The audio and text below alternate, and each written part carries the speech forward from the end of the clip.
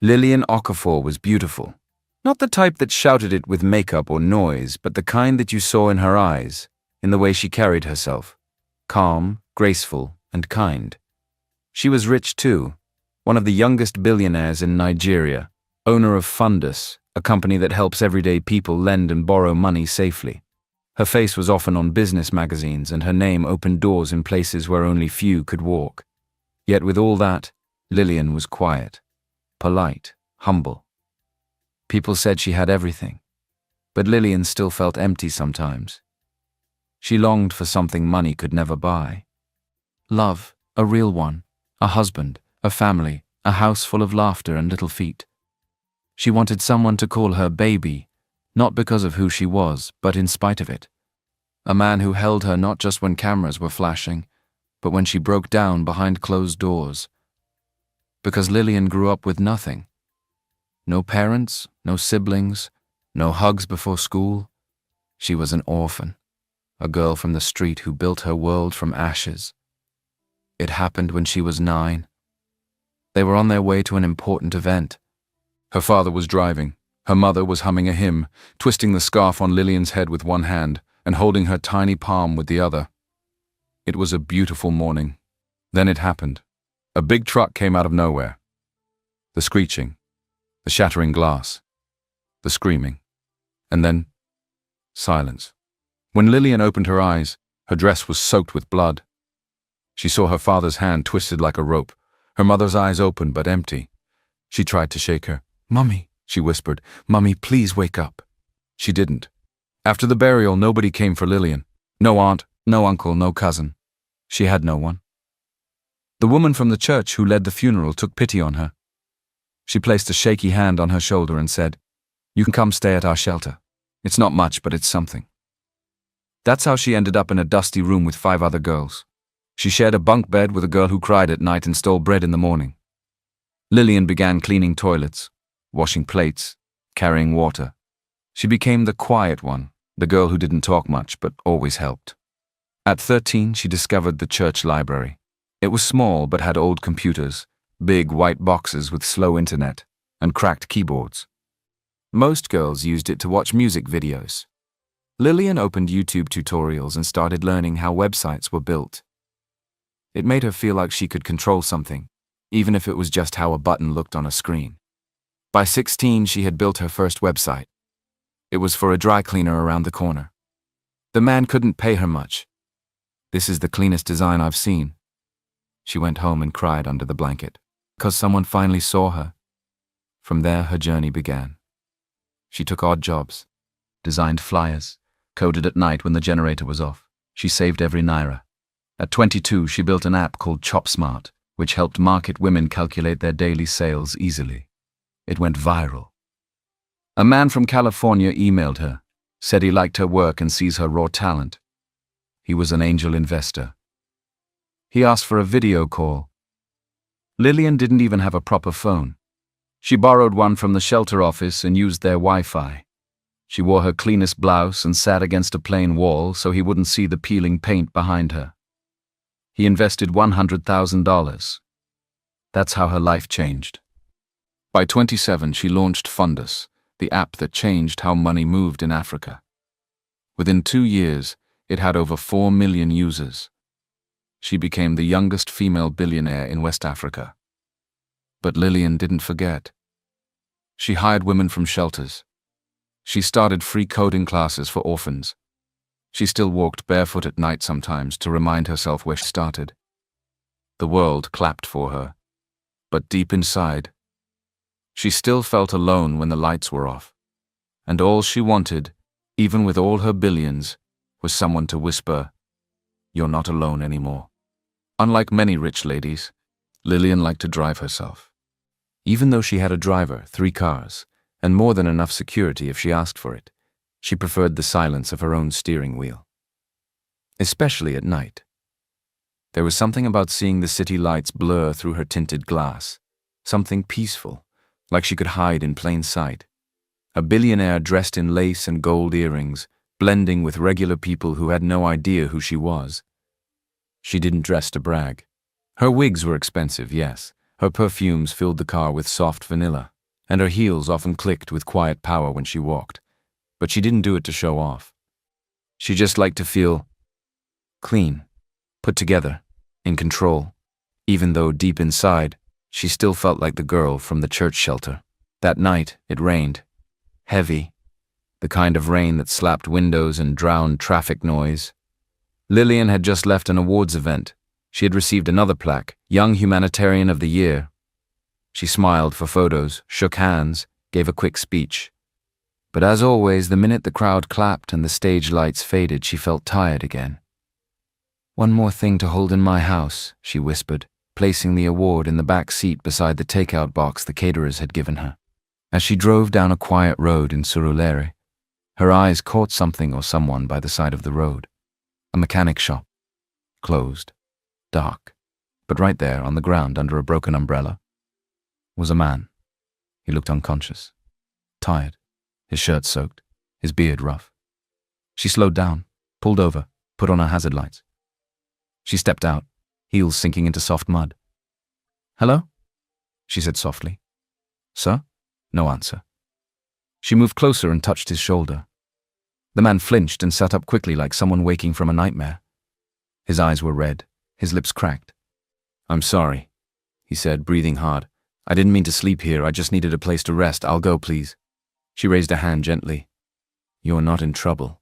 He looked at her now, confused. He blinked twice, studying her carefully, her dress, her nails, her calm voice. "I thought you were FRSC or something," he said. She gave a small smile. "No, just a human being. Are you okay?" He sighed. I don't know. Tired, I guess."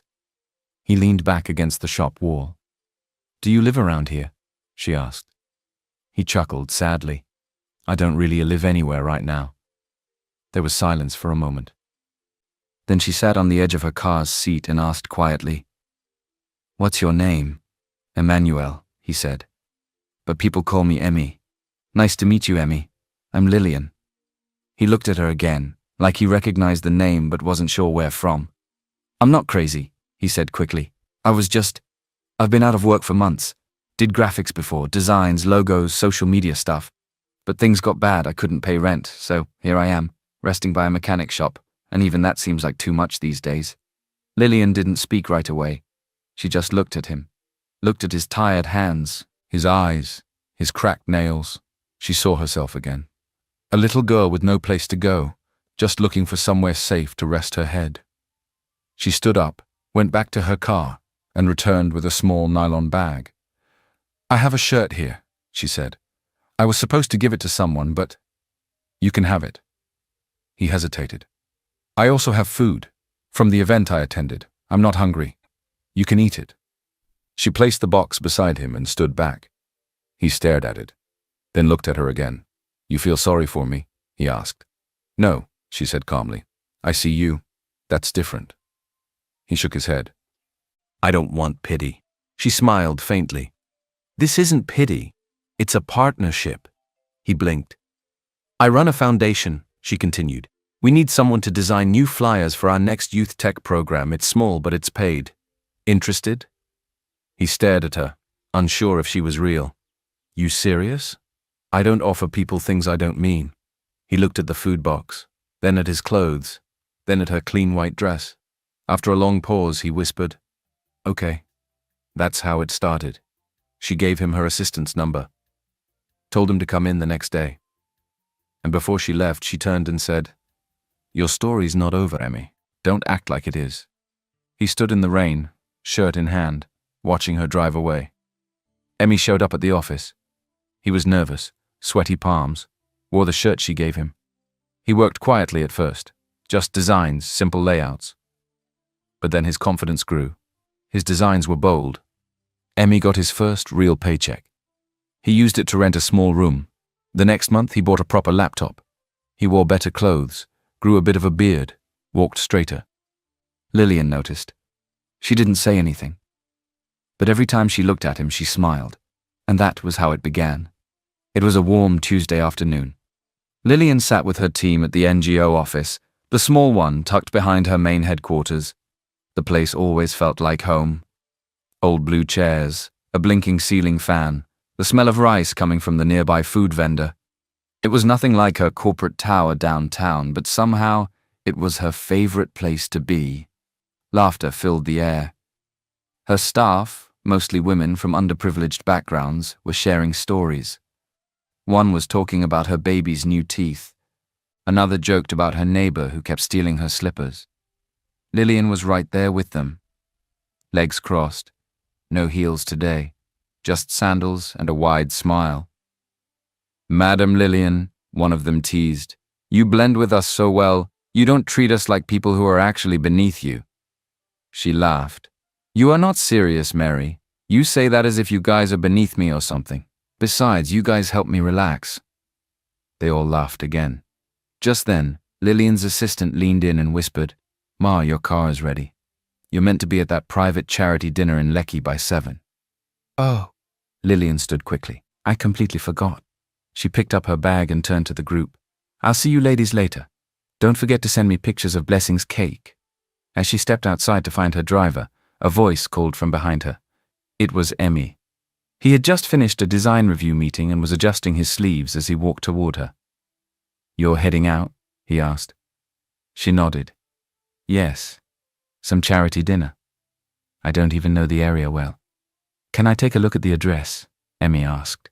Then she handed him her phone. "I know the place," Emmy said. "I can drive you." Lillian paused.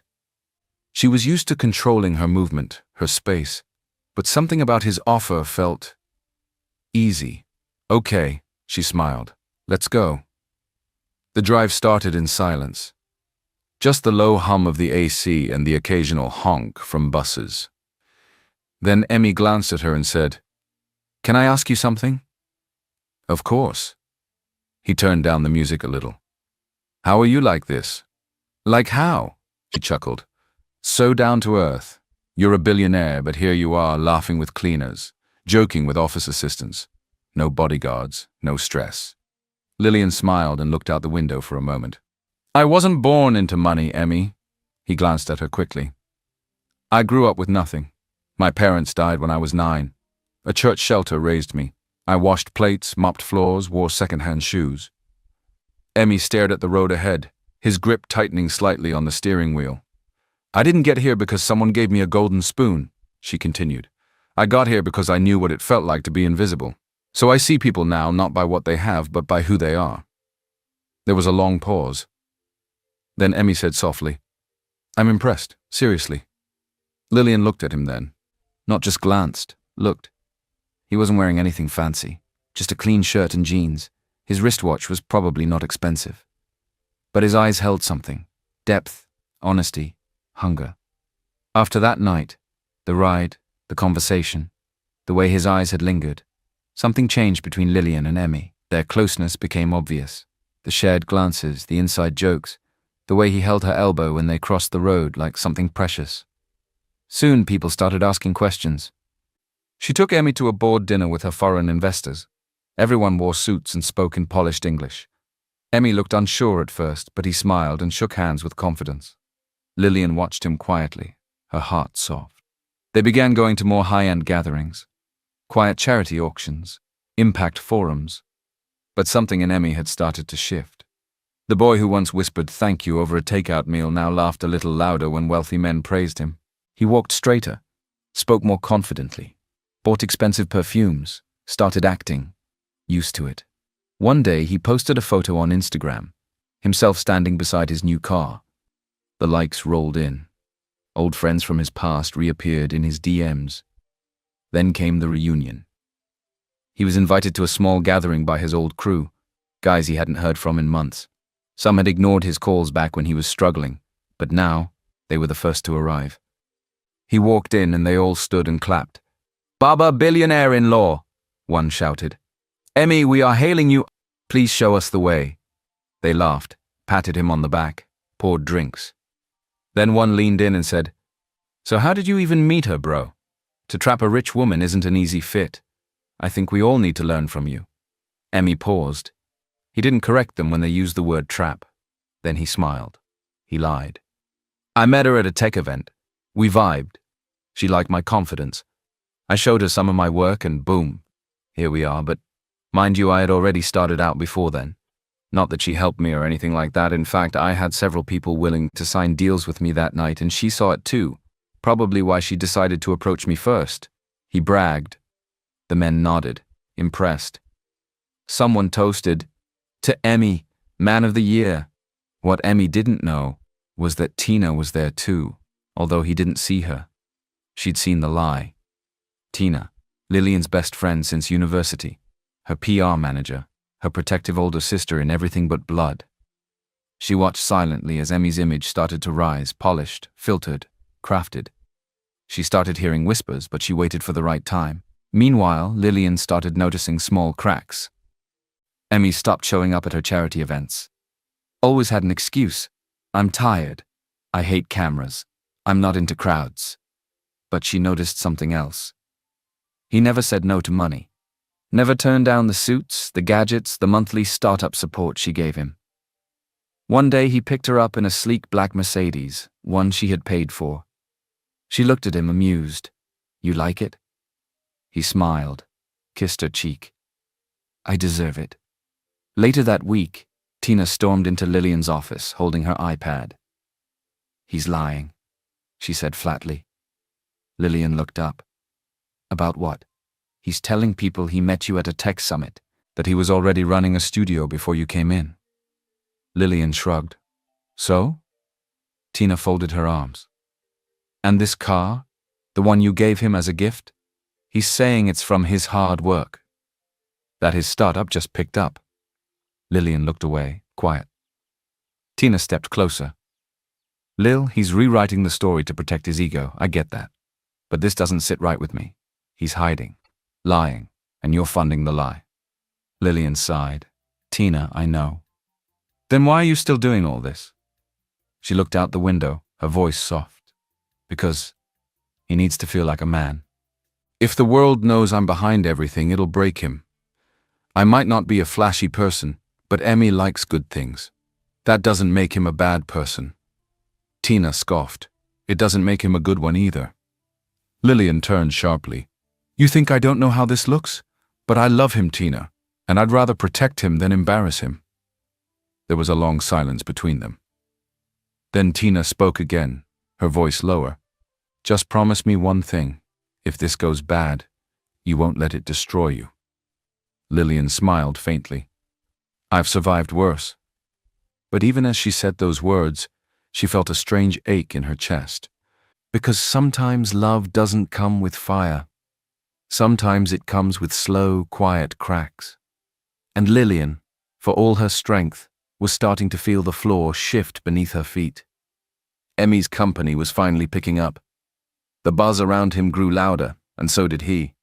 With Lillian's silent backing, her investment, network, and social capital, his startup was thriving.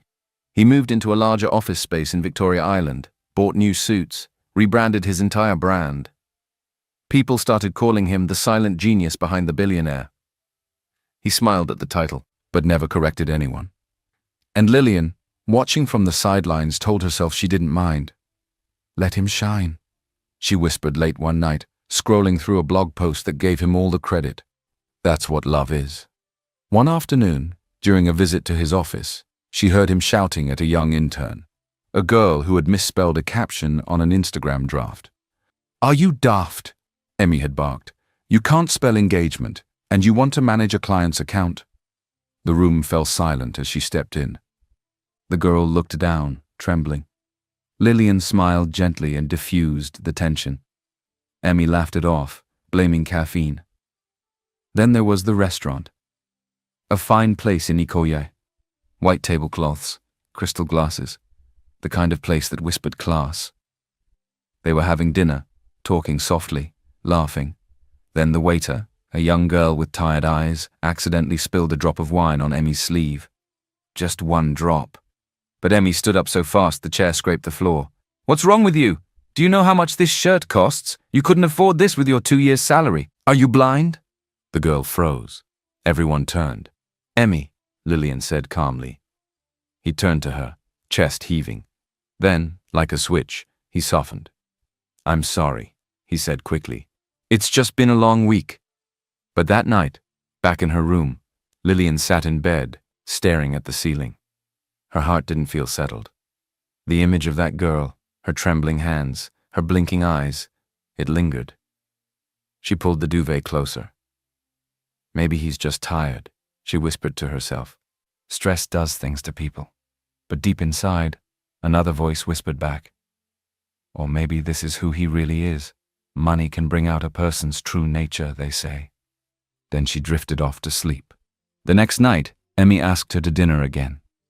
But this time, it wasn't loud. It was private.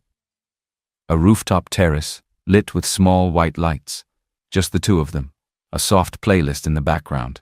Jollof and peppered chicken from her favorite caterer. No press, no friends, no hashtags, just them. She was in a white dress. He wore a dark blue suit. He barely touched his food. Then he stood up, walked to her side, and dropped to one knee. Her breath caught. From his pocket he brought out a small velvet box. Lillian. She covered her mouth. You saved me from myself. You gave me a name when I didn't have one. You gave me strength when I had none left. Let me do one thing right in this life. Let me love you forever. She burst into tears. Not because she didn't see the red flags, but because in that moment she wanted to believe. She said yes. He slid the ring on her finger. They hugged under the stars. And just like that, every doubt in her heart was swept under the carpet. Maybe he really is the one. Maybe love is messy before it's perfect. Maybe I was just being negative. The next morning, she went straight to Tina's place. Tina opened the door, hair in rollers, holding a cup of tea. Someone's glowing, she said, raising a brow. Lillian lifted her left hand slowly. The ring sparkled. Tina's mouth opened slightly. Then she pulled her friend into a hug. Oh, Lil, congrats. She held her for a long time. When they pulled apart, Tina looked her in the eye. I'm happy for you, I really am. But her voice had a careful tone. Then she added, just make sure the wedding doesn't blind you from the marriage. Lillian smiled. I will. But as she drove home, her smile faded a little. Because even though Tina didn't say it out loud, she knew. After the proposal, everything moved fast. Calls, congratulations, blog headlines, billionaire bride-to-be engaged to creative genius. But beyond the headlines and the sparkle of her ring, reality was waiting. The first visit was to Emmy's family. They had arranged a small meet and greet at a family compound. She didn't want to look like money. She wanted to look like someone's future daughter-in-law. But the moment she stepped out of the car, the silence said more than words ever could. His parents stood near the entrance, his mother's arms folded, his father leaning on a walking stick. They didn't smile much. Good afternoon, sir, Ma. Lillian greeted warmly. They nodded. They served her food, sat with her, asked questions. But there was no warmth in their eyes. Not dislike, just distance. Caution. Like they weren't sure if this was a woman or a transaction. Inside the house, Emmy was chatting proudly with his younger cousins. They all laughed at something he said. Then Lillian noticed his mother flinch slightly. Later, while Emmy stepped out to take a call, one of his aunts came to sit beside Lillian. She was different. Gentle eyes, calm voice. Aunt Ruth. You're doing well, my dear, she said, reaching for Lillian's hand. And I'm happy you came all the way here. Thank you, Ma, Lillian replied with a soft smile. Aunt Ruth sighed. You see, child, Emmanuel is from hardship, real hardship. His heart is good, but don't be blind to the difference. Love is not just feelings. It's patience, understanding, and sometimes painful compromise. Lillian listened quietly. Aunt Ruth leaned closer. Make sure your hearts match, not just your lifestyle. Before Lillian could reply, Emmy returned with a big smile. Come, let me show you where I used to sleep before, he said excitedly, holding her hand. She followed, her heart full, her mind quietly full too. The next weekend, it was time for Emmy to meet her people. Lillian didn't have much family in the traditional sense, but she had Pastor James. He was waiting for them in a small living room in Surulere, holding a well-worn Bible and a warm smile. When he saw Lillian, he hugged her. My daughter, he whispered, You've grown into a woman of strength." Then he looked at Emmy, tall, freshly shaved, confident. "You must be Emmanuel," Pastor James said. "Yes, sir, it's an honor." They sat, talked about faith, about love, about what it meant to build a home. At the end of the meeting, Pastor James held their hands and prayed, "May God bless your union with honesty, with peace, and with truth. And may nothing hidden stay hidden if it will harm what God is trying to build." Emmy said amen. Lillian said nothing, but her eyes stayed closed a little longer than usual. That night, alone in her bedroom, Lillian removed her earrings slowly. The house was quiet. The light from the hallway painted shadows on the wall. She thought of Aunt Ruth, of the silent way Emmy's mother had looked at her, of the prayer, "May nothing hidden stay hidden." She shook her head and smiled sadly to herself. "Lillian, you're overthinking again," she said aloud. "You love him. He loves you. That's enough." She picked up her phone, opened their picture from the rooftop proposal and stared at it. They looked perfect. She just hoped perfect would be enough to make real. And just like that, wedding preparations began. It was meant to be a celebration, something beautiful, a union of love, but behind the closed doors, things weren't that soft. Emmy was more involved than expected. Very involved. He picked the venue, a luxury hall in Ikoyi. He called the event planner himself. He even chose the DJ, the flower arrangement, and asked for a red carpet entrance with LED lights shaped like their initials. Tina raised an eyebrow during one meeting. As they sat in Lillian's office, going through mood boards and menus, Tina leaned back and said, Since when did men become wedding planners?" Lillian laughed. "What do you mean?" "I mean, it's cute, but most guys just show up and say yes or no. This one is deep in color palettes and seating charts. Feels off." Lillian shook her head. "Not everyone's the same, Tina. Maybe he just wants to make sure it's perfect." Tina looked at her. "Or maybe he's trying to look rich in front of people who don't know the money isn't his." Lillian frowned. "Come on, Tina." Tina raised her hands. "I'm just saying, be careful. That's all." But Lillian dismissed it. What Tina didn't know was that Lillian was quietly paying for everything. The hall, the rings, the dresses, the planner. Even the tuxedos for Emmy's groomsmen. She didn't want to embarrass him. He'd already told her once, "Let me shine a little, babe. I don't want people thinking I'm just following you around." So she let him shine, and dimmed her own light to do it. Meanwhile, Emmy was bragging behind her back. Among his old friends, some of whom never returned his calls when he was broke, he became the boss. He told them he was handling things. That he'd booked everything. They hailed him, clapped for him, called him Odogwu. Lillian heard it all, but she didn't mind. He was the man after all. His parents' caution hadn't changed either. His mother still treated her like a visitor, not a daughter. His father barely spoke, always quiet, watching. One evening, Lillian asked him softly, "Do your parents like me?" Emmy looked up from his phone. "Why would you even ask that?" "I don't know, they're just distant." He waved his hand. "You're overthinking things. That's just how they are. It's not about you." She nodded. But a piece of her heart folded in. Then came the message. Tina was scrolling through Emmy's Instagram when she saw it. A comment on one of his recent posts, him posing in front of his car with the caption, "Grace will always elevate." The comment stood out. "Real Doreen. You're the one I love." Just like that. Tina screenshotted it, sent it to Lillian. Lillian was quiet for a few minutes before replying. "It's nothing. These things happen." Tina called her immediately. "Babe, did you even read what she wrote? She didn't say I admire you or nice photo. She said you're the one I love." "That's deep," Lillian sighed. "Desperate girls throw comments around like water, Tina." He didn't reply. If he was hiding something, he would have deleted it. Or maybe he hasn't seen it yet. Even if he saw it, it's public. He has female followers.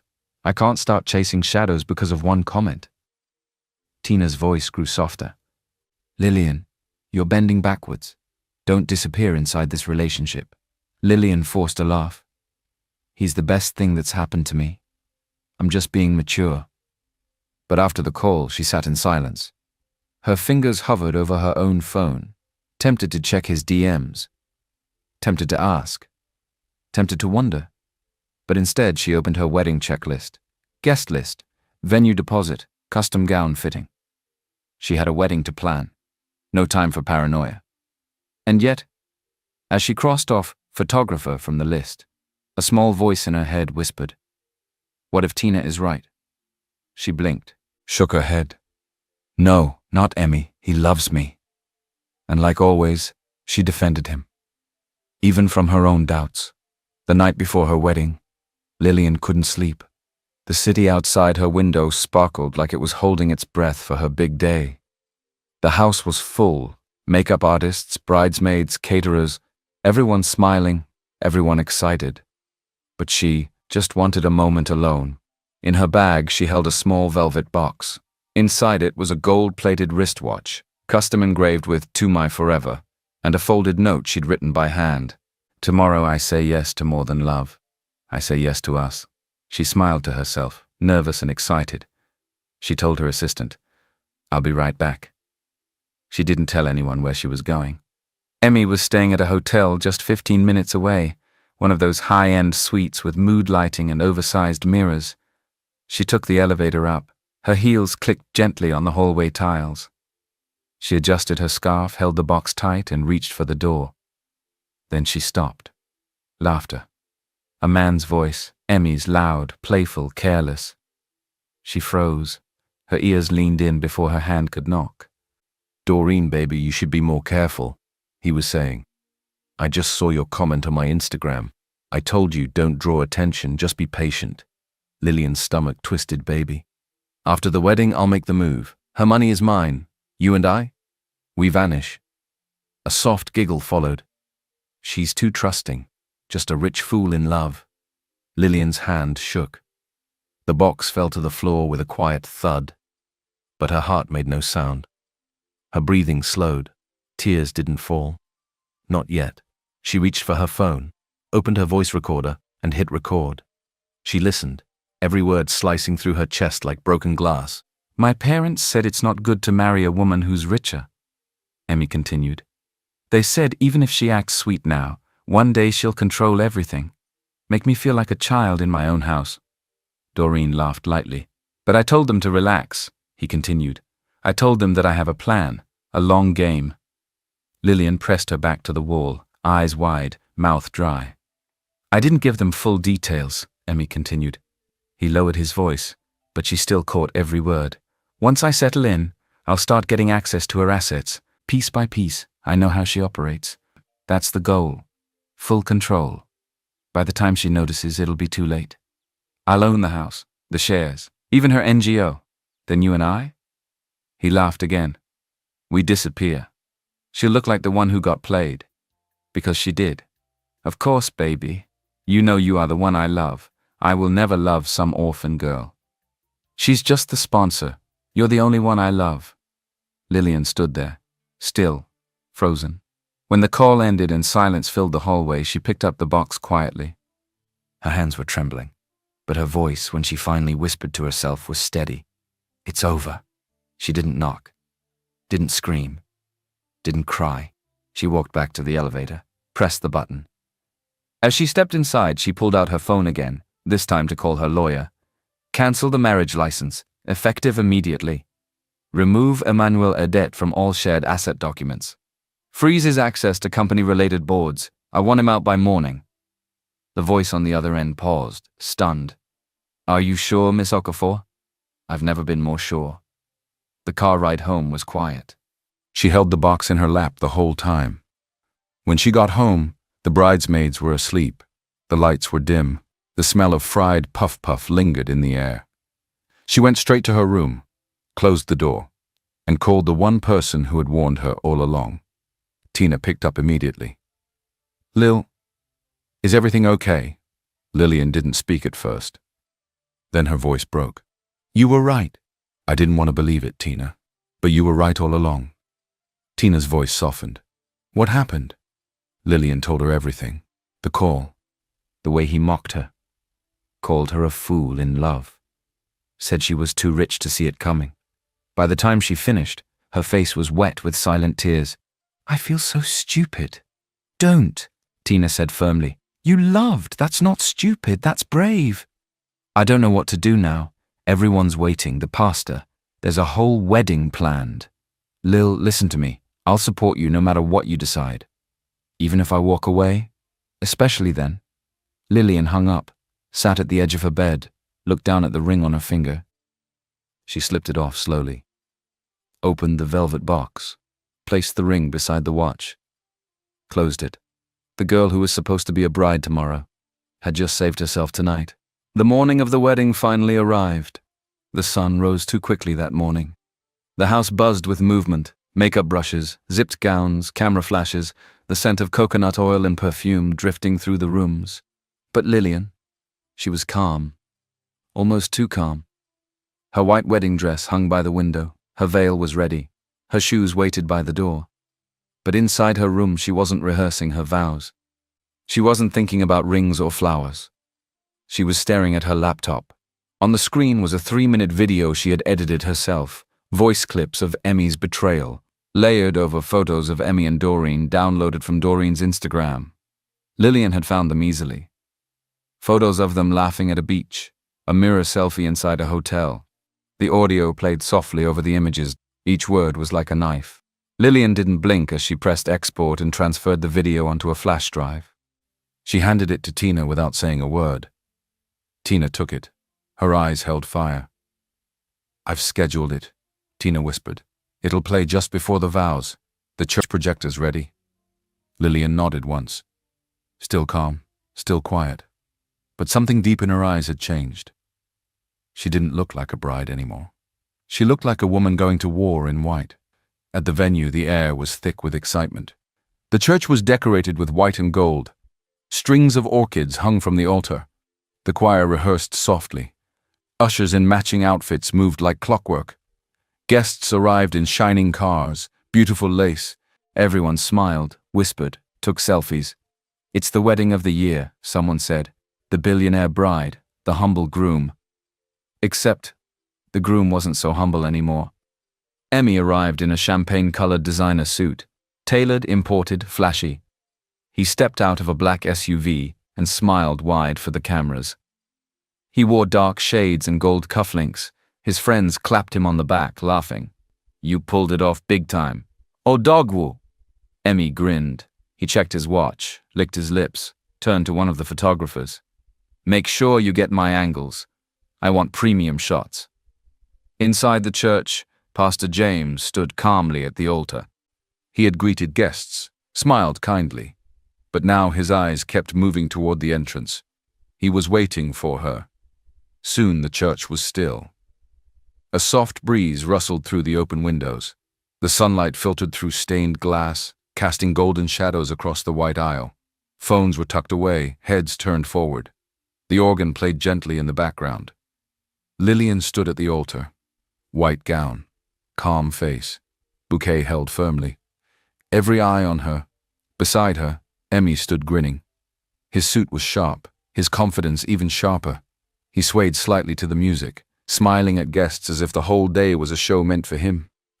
Pastor James cleared his throat and stepped forward. "Shall we proceed with the vows?" Emmy turned to Lillian, heart pounding in excitement. But before the pastor could say more, Lillian raised her hand. "Please, just a moment." Whispers fluttered through the crowd. She stepped away from Emmy, slow, steady. Her heels clicked softly against the tiled altar. She walked to the projector console at the back of the church. Tina met her there, silent. Their eyes locked. No words were needed. Lillian turned to face the crowd. Her voice was clear but quiet. "Before we exchange vows, there's something you need to hear." Then she turned back, clicked play, and stepped aside. The projector lit up, a black screen. Then a photo of Emmy and Doreen appeared, both laughing in a beach selfie. Then came his voice. "After the wedding, I'll make the move. Her money is mine." Phones flew out of purses. Someone whispered, "Is this real?" The room was silent now. Even the ceiling fan sounded too loud. Emmy's face had turned pale. He looked around, at the guests, at the projector, at Lillian, his smile now gone. Then the final words played. The screen went black. Lillian walked back to the altar. She faced the crowd. Calm, strong, still holding her bouquet. That was the man I was supposed to marry. Her voice didn't shake. The same man I trusted with all my heart. Who I loved. Who I believed in. He said I was a fool for loving him. Maybe I was. But what he forgot is that I was never desperate. I was kind. She turned to Emmy. You didn't just betray me. You betrayed my trust, my kindness, and every second I spent believing in you. Gasps. Tears. Phones recording. Emmy stepped forward, hands trembling. Lillian, please, this isn't what it looks like. Pastor James stepped between them. Son, I think all is clear. Lillian continued. This wedding is cancelled, not because I'm angry, but because I choose peace. I choose me. The air in the church was so still, it felt sacred. No one moved. No one spoke. Even the choir stopped halfway through their hymn, holding their breath as Lillian turned to face them all, one last time. Her voice was calm, steady, not loud, but every word sank deep. Her eyes swept over the stunned guests, the trembling groom, the cameras still rolling. I nearly married a mask. Gasps echoed, phones recorded. One woman in the front pew covered her mouth. This gown wasn't bought for shame, she continued, her voice rising just slightly. It was bought for strength. She turned toward Emmy, now visibly sweating, eyes wide like a child caught stealing. He stepped forward, lips trembling. Lillian, please. But she raised her hand, firm, elegant, final. I loved you without shame, she said, locking eyes with him. And you betrayed me, without pause. A painful silence fell. Then she added quietly, turns out, being a woman is a crime. And having money as a woman is a bigger one. Not having money, you're invisible. Having money, you're hated. She took one step forward, lifted her train gently and said, but I'd rather walk in truth alone than stay and celebrate a lie with anyone. Then she turned around and walked. No music, just heels clicking, just silence, and the rustling of fabric. Emmy stood frozen, mouth open, words gone. He couldn't even defend himself. Some guests began to clap, slowly at first. Then it grew. A standing ovation. She's a queen. This is power. God just exposed him. Phones were out. Cameras clicked like fireworks. Live videos, TikToks, snaps, reels. Tina stood at the church doors holding them open. As Lillian passed her, she whispered, You didn't just leave a man, babe. You led a movement. Lillian nodded. Still no tears. Still standing tall. She stepped outside. And the world was waiting. Within minutes, social media caught fire. Hash, Lillian walks. Hash, wedding of truth. Hash, from street to shame. Clips of the projector video filled every feed. Reactions, stitches, duets, explainer videos. Women from around the globe. Thank you. You gave me courage to leave. You reminded me to choose myself. By evening, Emmy's phone had over 200 missed calls. But they weren't from supporters. Investors pulled out. 2 clients cancelled ongoing contracts. The landlord served a quit notice. His apartment was under Lillian's name. He tried calling Doreen. Number off. Her Instagram? Gone. He screamed, he wept, and then he fainted. His mother screamed. His father covered his face. Aunt Ruth simply sat in a corner and prayed. This is what happens when greed marries ego, she whispered. 2 weeks after the wedding that never was, Lillian disappeared from the spotlight. No press statements, no interviews, no Instagram comeback posts. She simply went quiet. She turned off her phone, packed a small overnight bag, and told Tina only one thing. I need to breathe when nobody knows my name. Tina hugged her tight and whispered, Go, heal.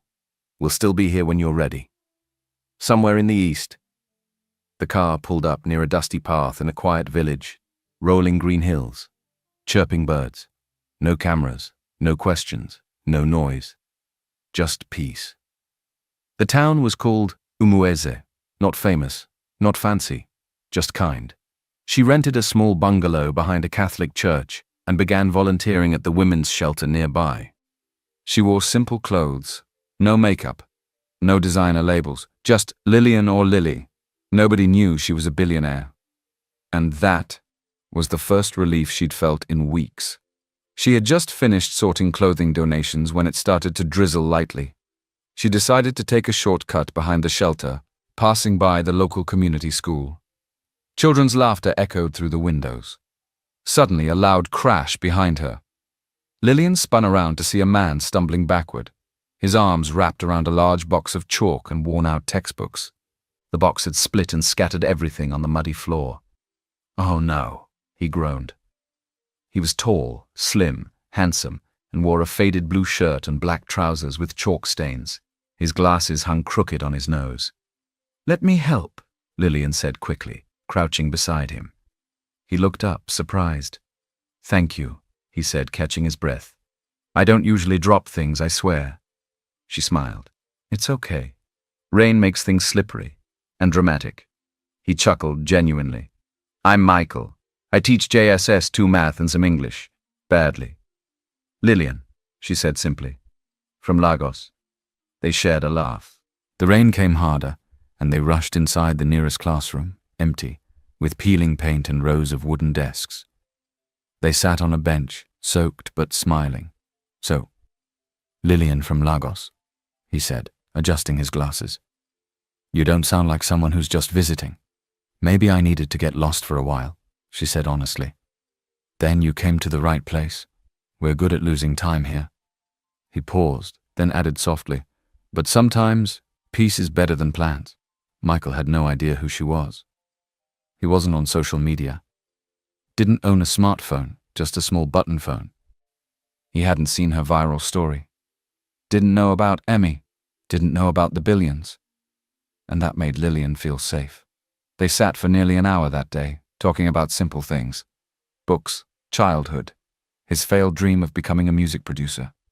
And when it was time to go, Michael looked at her shyly and said, "Same time tomorrow? I promise I won't drop anything this time." She nodded. "I'll be there." That night, Lillian sat on her bed, the fan humming above her. No notifications, no headlines, just the echo of a kind stranger's voice in her mind. And for the first time in a long time, she smiled, not for a camera, not for a boardroom, not for a man, just for herself. In the small town of Umoisi, time moved gently. Weeks passed, and with each new sunrise, Michael, or Mr. Daniel, as the children called him, and Lillian grew closer. They cooked together. He taught her how to fish with a hook. She helped him set up a small computer lab at the school, one borrowed desktop at a time. Laughter came easily between them, so did the silences. Comfortable ones, the kind that didn't need filling. Lillian never told him who she was, not at first. She didn't want to complicate what felt simple and real. One quiet evening after class, Daniel sat outside under the mango tree, scrolling through his borrowed tablet. A headline popped up. "Billionaire bride walks out of wedding, a queen's escape." He paused. There she was, her, in the white gown, head high, eyes calm. He stared for a long time, not at the headline, at her face. He said nothing that night. The next morning, he walked to her bungalow. She was watering the small garden. He didn't say, "Good morning," just held out the tablet silently. She looked down and froze. Their eyes met. "You found out?" she said quietly. "Yes." A beat. "And now?" she asked, bracing herself. Daniel exhaled deeply. "Now I thank you for trusting me enough to just be you, even when you didn't have to." She looked up, tears threatening to fall. He stepped closer. "Lillian, I like the woman who laughs at my dry jokes. I like the woman who teaches kids how to type. The woman who gets mosquito bites because she won't use the net properly. That's you. Whether you're simply Lillian from Lagos or Lillian from the Forbes list, my heart already picked you." They sat together under the mango tree that evening. "I'm falling for you," he said softly. "I already did," she whispered, finally letting herself feel it. "But let's take it slow," she added. "I'm still healing, but I'm ready to love again. just not to fix someone else. He smiled. Fair enough. I don't want fixing. I want forever. One weekend, they walked to the local river, the same place she had once sat alone her first day in Overhears. The water was still. Birds chirped in the distance. They sat barefoot on a flat rock, dipping their toes in the cool stream. Daniel pulled something from his pocket. A small wooden box. No velvet, no diamonds, just a simple silver ring shaped like a wave. I carved this myself, he said, blushing. It's not much, but it's honest. She stared at him, heart full. Lillian, he said, I don't want your empire. I just want your company, for life. She held his face. I didn't know I could love again, she whispered. But I do, with everything. Yes, yes, Daniel. They kissed softly, nothing loud, nothing dramatic, just the kind of kiss that says, I see you, I choose you, as you are. 2 weeks later they packed up. Not because they were running, but because they were ready. To go home, to face the city, together. This time, not hiding, not pretending, but standing, hand in hand. No more broken weddings. No more masks, just love, quiet, honest, and real. The sun rose slowly over the city that morning, its golden fingers stretching through the skyline like a promise. Lillian and Daniel, hand in hand, stepped back into the city, but they weren't who they were when they left. She had healed. He had bloomed. And together they were not running toward fame, but toward truth. It started with a detour. Daniel took her to a quiet estate near Banana Island. Clean streets, high walls, a simple gate, no guards, no noise. A friend's house? Lillian asked, confused. He smiled. Not quite. Inside was a beautiful minimalist home, open ceilings, hand-carved furniture, art that whispered wealth but didn't scream it. She looked around, eyebrows raised. Daniel, whose house is this? He held her hand gently. There's something I didn't tell you. Lillian blinked. What do you mean? They sat on the terrace as the breeze danced through the curtains. My full name is Michael Daniels. I own Daniels Innovations. My team and I created Vowtech and another 4 startups abroad. I moved back just before I met you. Lillian's breath caught. He continued, after years of heartbreak, being loved for money, not who I was, I just needed to be invisible for a while. I came to Umuzi with nothing but peace in mind. When I met you, I didn't know who you were, I swear. It wasn't a trick, it wasn't a test, you weren't a project, you were my peace. Tears filled her eyes. And now I love you more, not for what you own, but because with you, I remembered how love is supposed to feel. They didn't want headlines, they didn't want hype, they just wanted home.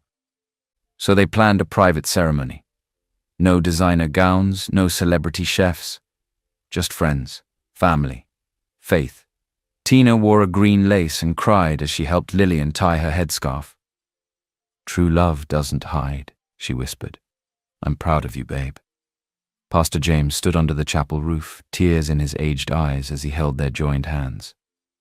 You found peace, my daughter, he said, and love. Love found you too. There were only 24 guests, a small choir, a cake baked by hand. Lillian wore a simple white gown. Daniel wore a native agbada with soft embroidery, their smiles unmatched. They danced barefoot under the fairy lights, laughter echoing between them. And in that moment, no past, no pain, no performance, just truth. 2 hearts, 1 promise, no more masks, no more cameras, just love with the lights on. Months passed.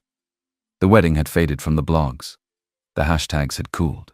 But Lillian and Daniel, now simply Mr. and Mrs. Daniels, lived quietly, beautifully, intentionally. Their mornings began with prayer.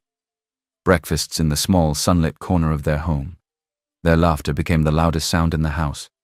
They were each other's peace, not just passion. Lillian worked fewer hours now. She had found balance. Daniel continued his education outreach, supporting rural schools and tech programs. They were wealthy, but more importantly, they were whole. Somewhere in the city, in a cramped, musty, 1-room apartment that hummed with a broken fan and silence. Emmanuel Emi Ede sat on a plastic stool watching his cracked screen. He had lost everything. The apartment he once bragged about? Repossessed, The contracts Lillian helped him get, cancelled. Even Doreen, gone, blocked him on every platform. His parents barely picked his calls. And now? He walked the streets looking for freelance gigs that never called back. One afternoon, while waiting outside a local tech hub for a chance meeting, an old man passed by and stared. Then softly the man said, "Aren't you the guy from that wedding?" Emmy looked up slowly, tired. The one who had everything, and chose nothing. Greed, the man muttered, walking away. That's what does it. Emmy sat down by the wall and wept quietly. But nobody stopped. No cameras, no sympathy, just the wind. And his own echo. Across the city, inside a cozy book cafe in Victoria Island, a woman's voice read out loud from a hardcover titled, "The Vows I Kept for Myself," by Lillian Daniels. This is not just my story. It's a reminder that love should never cost your dignity. That walking away is not failure, it's faith in something better. That you deserve love, not survival. And that, yes, true love exists. The book wasn't just a bestseller. It became a movement. Lillian included stories, speeches, and letters to women afraid to leave, to men struggling in silence, to anyone who thought heartbreak meant the end. Don't stay where you're shrinking. Don't marry because of fear or timelines. You are not asking for too much. You are asking the wrong person. And finally, her favorite letter. To the one I almost married. Thank you. Thank you for showing me what I will never accept again. Thank you for being the reason I found myself. Because when I walked away from you, I walked back to me. Daniel read her final draft with tears in his eyes. You're a lighthouse, Lillian, and I'm honored to call you my home. She smiled. And I kept the most important vow, she said, resting her head on his shoulder. Which one? He asked. To never let someone else's brokenness make me forget my own worth. They sat together as the sun set. Two healed hearts. Two open arms. One love, truthfully earned.